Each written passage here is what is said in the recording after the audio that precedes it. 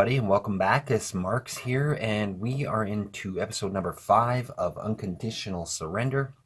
It is January 1941. And for this month's weather report, we have continued severe weather in the cold zone. The mild zone has worsened to severe level, and in the warm zone, a slight improvement with poor. And once again, a reminder that I am playing with a bit of a house rule. The air support rule I have modified to allow units of the same faction to support one another in air support in defense only. Just a quick look at production here. Russia is up to 28, I should say the USSR. Britain managed to squeeze out 22 production points this term just because they now have the Lend-Lease coming into them from the United States, plus their Commonwealth trade for an additional 4 factories. They're down to 2 factories lost, so 22 production points there. France are down to 5 factories currently. Actually, I should double check that just to be sure, but that would put them at 10 production points. And of course, Germany sitting at 26. Italy now, they have 12 production points, which is not a lot considering the amount of units they have. So we're going to have to be careful with the Italian army just to watch our spending and whatnot. So anyway, carrying on. And a quick look at the national will situation. Here's France at 4. That's the major one. And so I'm looking at the situation over in France, and I'm wondering if they can survive the turn. It is severe weather in the mild zone, though, so that's going to affect things in the mainland of France. In the south of France, though, where there is a bit of warm zone in the French Riviera there, where the Italian army is about to push in, that is just poor weather, so we'll see what happens. Now, as a result of the strategic warfare phase, the United Kingdom managed to rebuild yet another factory, bringing them back up to their maximum factory count right now. I think as the Axis, we're going to have to start pushing a better strategic warfare agenda in the turns to come. Alright, the Germans are going to perform a strategic move this turn. They're going to have the 17th Army here travel over, and I think right here, this border location, next to the 12th Soviets. And there we go with a strategic move. Just starting the Axis operations phase now, and the Italians can't pass up this opportunity to get a free city taking over Ajaccio in Corsica, which is owned by France. So they're going to activate. It costs 1, 2, 3, 4, 5, 6 to cross the strait, and 7, 8, their entire movement, to claim Ajaccio for the Axis. Now, that drops the French national will down 1. They are currently at 3. Now, as far as what the Axis's plans are for this turn, I mean, their goals were to take Strasbourg and Le Havre. That's on their plans, and that would definitely drop French national will to 0 and cause a collapse. But because of the severe weather, definitely attacking this Maginot Fort is going to be a lot less of a chance to succeed, being that the combat results are divided twice over. But that unit is reduced, so that could be a good thing for us. That would actually, if we could take Strasbourg this turn, that would be 3 national will points. That would cause the collapse of France altogether. Maybe I'll go ahead and do that. Alright, the 2nd Panzer, the 7th, and the 16th are all going to assault into Strasbourg. They're going to be supported by this air wing, the 5th Luftwaffe. They are going to go in unanswered because there's no air units in range currently. And we'll see how the battle for Strasbourg goes here. Actually, correction, the unit is the air unit can't participate because of the severe weather, so All right, due to the severe weather, the French 8th Army lives to fight another day. The defense of Strasbourg continues. Unbelievable. All right, that unit in Ajaccio, I just noticed they're going to be having a no supply situation. Not that it's a big deal at this point, but I think I want to be taking care of the Italian army, or keeping a good focus on their production and stuff. So I'm going to send a convoy over there in order to pick that guy up and put him somewhere else a little more useful. Now that they've accomplished their mission, they can move on to other things next month. All right, I think we're going to activate the 10th Army of the Italians to attack into France here. They're going to go mobile attack. Just because now we're just in that warm zone, they're not going to suffer as badly with their dice roll. And they'll be able to be supported by this unit here. This guy's a bit out of range. 1, 2, 3, wait, 1, 2, 3, 4, 5. Yeah, just out of range of air support. So they are by themselves. Let's see how that goes. All right, it's the 10th versus the 10th, and the 10th managed to stall the attack of the Italian 10th Army, so that is the end of their activation. I need to put a sortie down, and that's that. Now I think we're going to try mobile attack with the 8th Army versus the Alps Army. Same deal, supported by this air unit, and 1, 2, 3, 4, 5. Looks like they can get some air support from over here next to Vichy. And let's see how the 8th Army makes out. And once again, the 8th Army has been stalled in their attack. All right, the Italians need to try and make a run for Alexandria here. It has been left wide open by the British. They used their unit that was based there. It's currently occupied in the defense of France. But the United Kingdom does have a couple of garrisons. They're going to be running into towards Alexandria as well. But let's see if we activate this guy. That's putting the Italians down to 9 production points. 1, 2, 3, 4, 5, 6. Oh, not quite enough because we have the river hex side. Actually, does that count? No, I'm gonna assume it counts. That they can't cross the river and enter the city. That would cost 3 movement points. Regardless of the transport line being there. But it is wide open. Let me think about that for a second. I'll look it up for the exact ruling, I think. Yeah, not quite enough. You're not allowed to enter an enemy city and get the benefit of the transport line. So they couldn't quite run into Alexandria. The German, or I mean the British garrisons are going to be able to enter Alexandria just in time to cut off the Italian advance there. I think while we're at it, the Italians are going to be, having some fun with their toys in the desert. They're going to advance on this North African unit here. 1, 2, 3, and it looks like 4, 5. And, oh, they're in the warm zone, so 6 movement points to attack that guy there. Let's just make sure I record the production point usage. They're down to 8. And let's see how this attack goes here. And the 9th Army is stopped in their tracks by the 1st North African Army of the French. Just mulling over what to do with the German forces this turn. The severe weather is always a big problem. But I'm also looking at next month on the turn track is the policy evaluation is coming out. So the USSR could be, declaring war on the Axis faction as soon as next month. And I mean, we could have hostilities between the Soviets and the Axis as, it could be next month.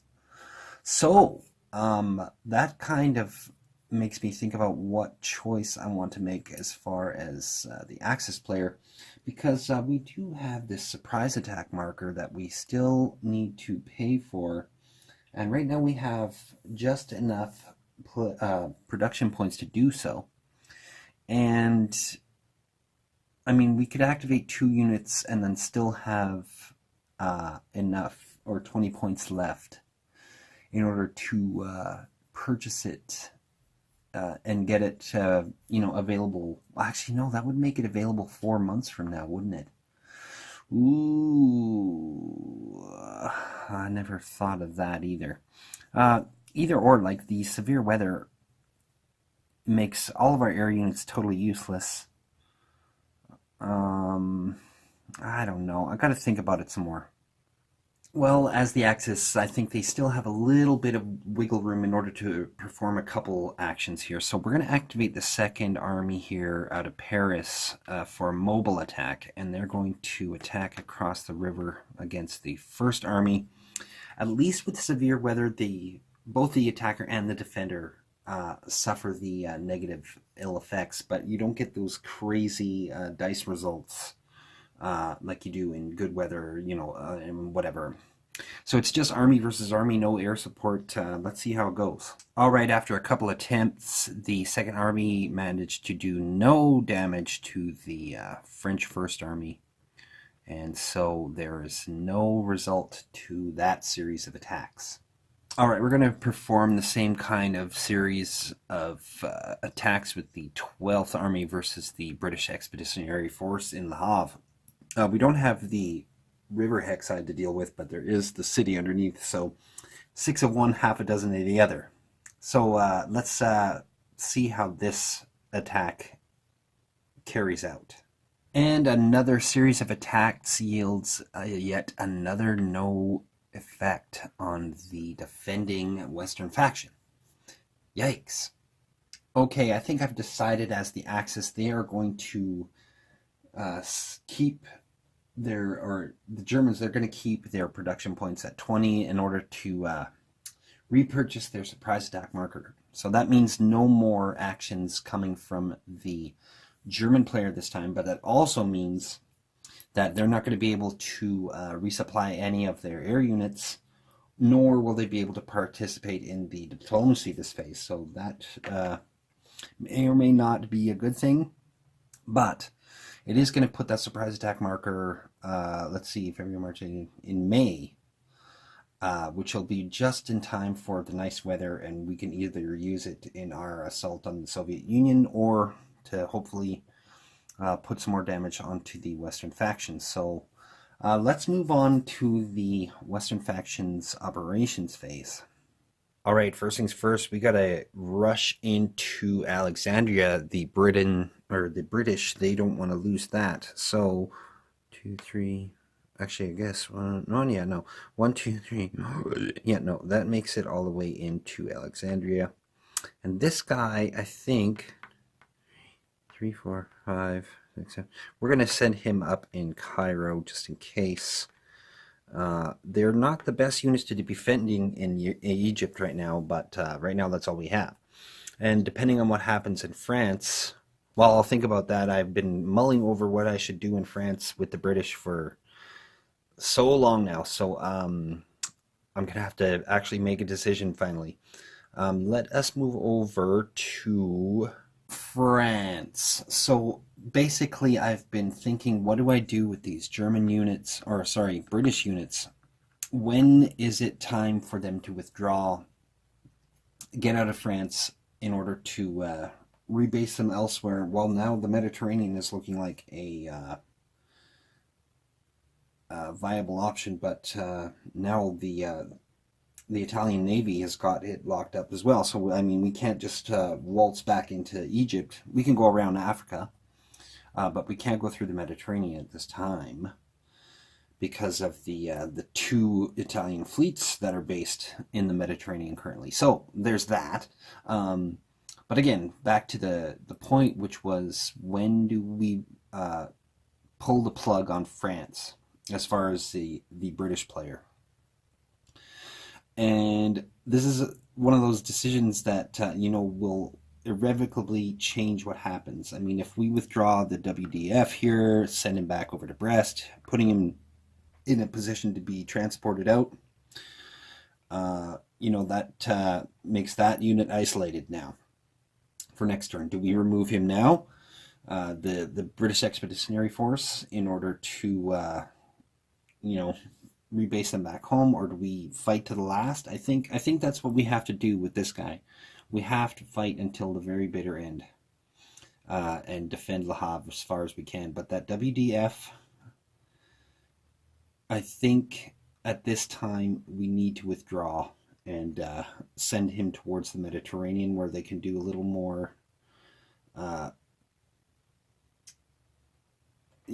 a better effect. Either that or, oh man, this is always a tough decision. That guy is still in a bad position where they can't retreat. So all we would need is a good result to eliminate him. But with the severe weather, here we go, right? Oh man. All right, it's not time to abandon France just yet. The WDF, they're going to attack the 1st Panzer Army, and the BEF, they're going to attack the 12th Army. So, I mean, without any air support and with the severe weather making this tank unit, useless as far as its dice bonus, I think now is a good opportunity to do some mobile attacks and throw some dice rolls at these 2 units and see if we can do any damage at all.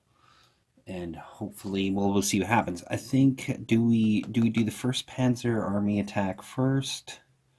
Yes, I think we do, because it's got no retreat hex. So let's activate the WDF. It's got 8 movement points. It's going to cost 2 for severe weather and 1. Oh, they'll be able to get a few attacks out of this.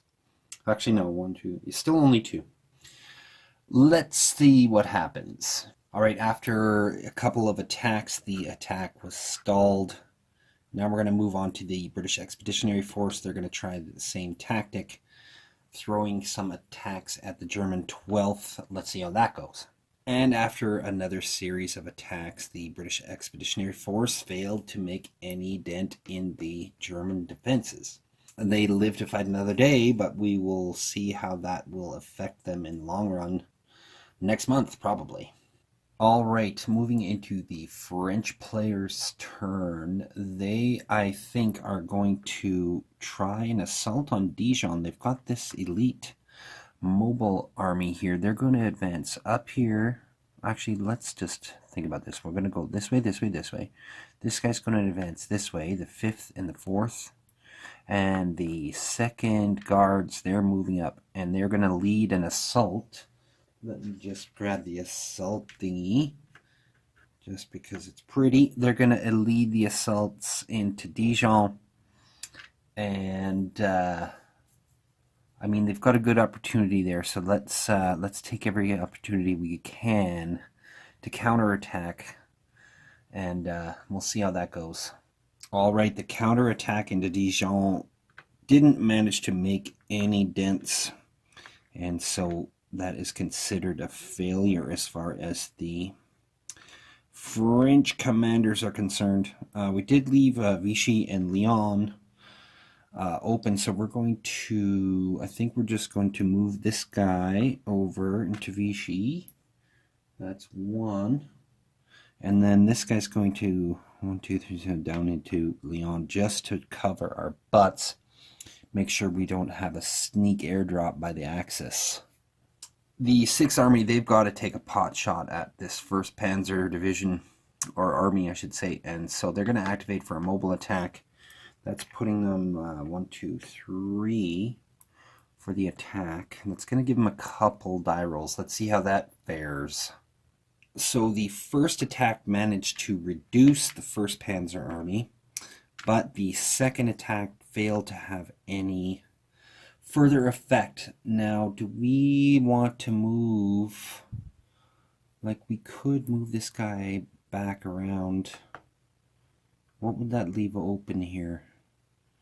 We could, just to try and take advantage of the situation. Let's just, we've got 3 production points left. Let's just see what happens here. 1, 2, 3, 4, 5, 6. So, you know what? I think we have to try. Let's see how they make out. Bah! No effect. The severe weather is really just hampering everything. I think that's it for the operations phase of the Western. Let me just double check and I'll get back to you. Just a quick review at the end of the Western operations phase. After the Axis and the Western's phases here, nothing really has changed over the Western front. These armies managed to push their line back up towards the Germans, trying to counterattack into Dijon to no effect. The Germans tried to push west towards Le Havre, and no effect there. And again, counterattacks against that thrust, and the 1st Panzer Army took a hit. Now, because the Germans have already kind of committed to the surprise attack marker cost, they're not going to be able to reinforce that 1st Panzer, or they won't be able to mobilize either. They've got a couple of units in the mobilization box. They're going to be stuck there again for another month. So I'm wondering if, because of all the severe weather, we should have saved some of our money, perhaps, and get some units built up, but 'tis neither here nor there. And yes, Strasbourg, the heroic defense of the 8th Army, just blowing everyone's mind at how well they are holding their shit together. I'm not going to forget to rebuild that unit either this turn. I don't think we're going to bother with the French air units, seeing as that nothing got used this turn as far as air units from either side. Oh, and another change, the only other major thing that happened was the loss of Ajaccio to the Italian army. The Italians tried to push into France, but failed as well. Looking at the Soviet operations phase now. Just a quick peek at the potential Soviet front here. I haven't really focused a lot on this side of the board yet, just because there's not been much action as of yet, but there's been just some troop movements and whatnot. And looking at it, I'm kind of happy with the way the Soviet line is set up. You can't see up in Karelia, but they've got 3 armies based in Karelia right now. One all the way up in the northern Karelia. Well, I'll just go and look over there after. We do have an extra. This guy's kind of an extra. I would call him an extra. We can send him south if we need to. But as far as this line here, I think we're okay with that for now. Once the assault comes, and it is coming, we're going to have to change things a little bit. Obviously, depending on what happens with Romania and what happens down in Turkey as well, they're pro-Soviet. That could really change the situation strategically. Of course, it would. But anyway, I think let's go through all of the bookkeeping type stuff, and maybe we'll just skip right to the goods. Here's a quick review of what happened during their replacements. The British, they replaced a lot of their units, convoys in Brest and in the Havre. They also resupplied a convoy down in Suez, and the air unit, the 1st RAF out of Southampton. What else did the British do? I think that's it, basically.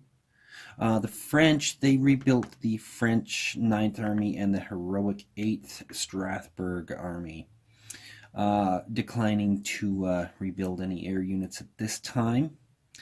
German, they couldn't do any replacements this turn. They've committed to that surprise attack marker.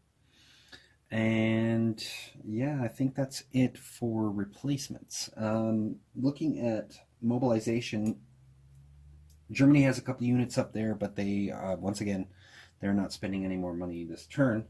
So we can move right into diplomacy. And again, Germany is going to skip the diplomatic phase this turn. For the Western faction, I think they're going to go ahead and cede the cup again for the Soviets. There's political success, failure, and no event in there. So they're going to spend their 5 points to throw in another political success and a no event marker. And that will leave the Soviets to spend $5 in order to pull from the cup. Let's see what the result is. I'm not looking. Aha! Political success. I think that's going to mean the activation of Turkey as a part of the Soviet faction. So here's Turkey set up. They're not like the greatest power in the world, but they do have a couple of full-strength armies, well, 3. And I set them up to be poised to attack into roads if I deem it necessary once the Axis becomes at war with the Soviet faction. And also, we've set up some units just in case if Syria falls to the Vichy French, we'll be able to attack south and put an offensive on that way as well, heading north into Bulgaria if needed be as well. So there is Turkey joining the Soviet faction. And there we have the end of the turn. We're going to advance into February 1941. Looks like the German submarines are going to be returning, as well as the 3rd Panzer Army is going to be entering into the war. And, oh dear, the policy evaluation is here. So let's roll the dice and see if the Soviets are going to reevaluate their treaty with the Nazis. All right, it's time for the Soviets to reevaluate their treaty with the Germans. So on a 1 to 3, it is going to be continued for another month. 4 to 6, the policy is completed. So I thought I'd show the dice roll this time just because it's a dramatic event here. And, ooh, is that a reroll? No, I'm going to call that a 2. No, you know what? Fine, I'll reroll. 2! There it is. So the policy is not shut down at this time, and it's going to continue for another month. Lucky for the Axis. And I think that puts us at the end of episode 5 here. So just as a quick review, not a lot of serious events happened. Well, I mean, the defense of Strasbourg continues. There's been no real shift in anything on the Western Front except for the counterattack by the French here. Italians were ineffectual in their attack into France, but they did manage to claim a French city on the island of Corsica, Ajaccio, which dropped the French national will to 3 points, still on the verge. The Mediterranean did open up as a theater, and the Italians tried to make some advances into Egypt and into French North Africa, but to no avail on either way. And as far as diplomacy, Turkey joined the Soviet faction. So there you have it. There is another turn of Unconditional Surrender, World War II in Europe. I hope everyone has been enjoying my playthrough, and stay tuned. There will be more coming. Thanks a lot for watching. Take care. Bye-bye.